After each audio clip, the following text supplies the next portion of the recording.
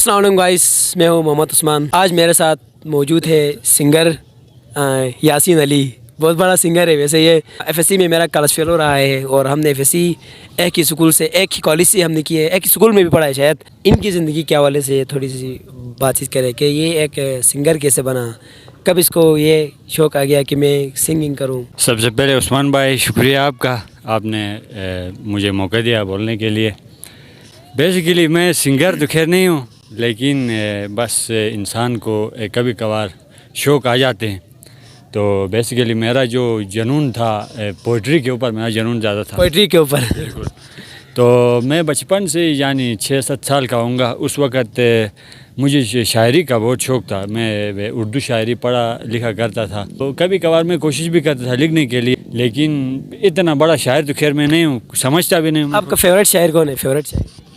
خیر شاعری کوئی بھی شاعری ہو وہ مجھے پسند ہے، لیکن میں جون ایلیا کی شاعری مجھے بہت پسند ہے، کیونکہ اس کی شاعری میں آپ دیکھیں نا غم ہی غم ہے، اس کی شاعری کے اندر غم ہی غم ہے۔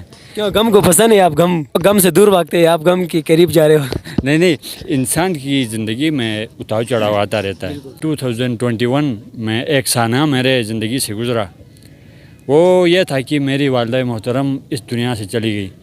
تو اس وقت میں منٹل تھا، پاگل تھا، میں اتنا پاگل تھا کہ مجھے ہوش ہی نہیں تھا۔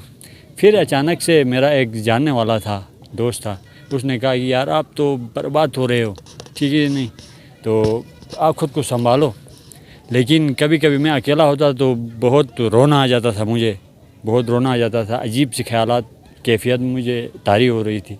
تو پھر میں نے کچھ اشعار میں نے اپنے الفاظ سے لکھنے کی کوشش کی۔ الحمدللہ میں نے اس وقت 30 میں نے کلام لکھے ہیں، جس کا میں باقاعدگی سے ایک کتاب بھی لکھنے والا ہوں، لیکن اس کے لیے ٹائم نہیں ہوتا ہے میرے تو پاس۔ ابھی اپنا ایک چھوٹا سا کلام سنانا چاہو گی؟ ایک دو۔ ہوا بدل بلنجا لیلگنے بے، ہوا بدل بلنجا لیلگنے بے، ہیئی بیرے پھٹیجن لیلگنے بے، ہیئی بیرے پھٹیجن لیلگنے بے، شروش کون شت بین تم ندیزور، شروش کون شت بین تم ندیزور، وجودر شالک شاتین لیلگنے بے، خبر گین تم یتیم لاش فریدون، خبر گین تم یتیم لاش فریدون، لیلر اشتامبولون یا لیلگنے بے، لیلر اشتامبولون یا لیلگنے بے، تھے جدائی دیزی کون موٹون گمان نے تھے، تھے جدائی دیزی کون موٹون گمان نے تھے، قریشی ٹر بولون یا لیلگنے بے، قریشی ٹر بولون یا لیلگنے بے۔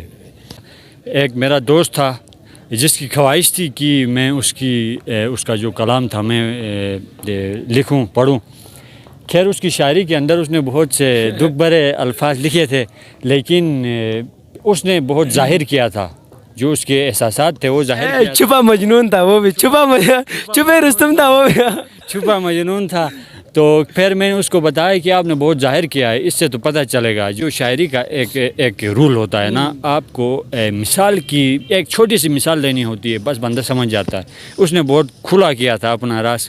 اس چھپے رستم کو میں بھی جانتا ہوں، بہت اچھی شاعری تھی، تو اس کی نا یہ کلام مجھے بہت پسند آئے تھے، تو اس کی ایک دو کلام آپ بتانا چاہو گے؟ تھے یاد میں ہیر ہنجار متھے آمشو کی بشنوش، تھے گمجو جلم چوکی بشنوش، گمیر گاٹا خوشی لیو کی بشنوش۔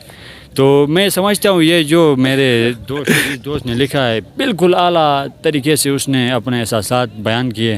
میں تو سمجھتا ہوں یہ بڑا شاعر بن سکتا ہے، بڑا شاعر بن سکتا ہے، بڑا شاعر بن سکتا ہے۔ بہت بہت شکریہ یاسین علی، آپ نے بھی اپنا وقت دے دیا، تھینک یو سو مچ۔ تو اس چھپے رستم کو میں سلام کہنا چاہوں گا، اس نے ایسی شاعری لکھی ہے کہ بس کیا کہہ سکتے ہیں۔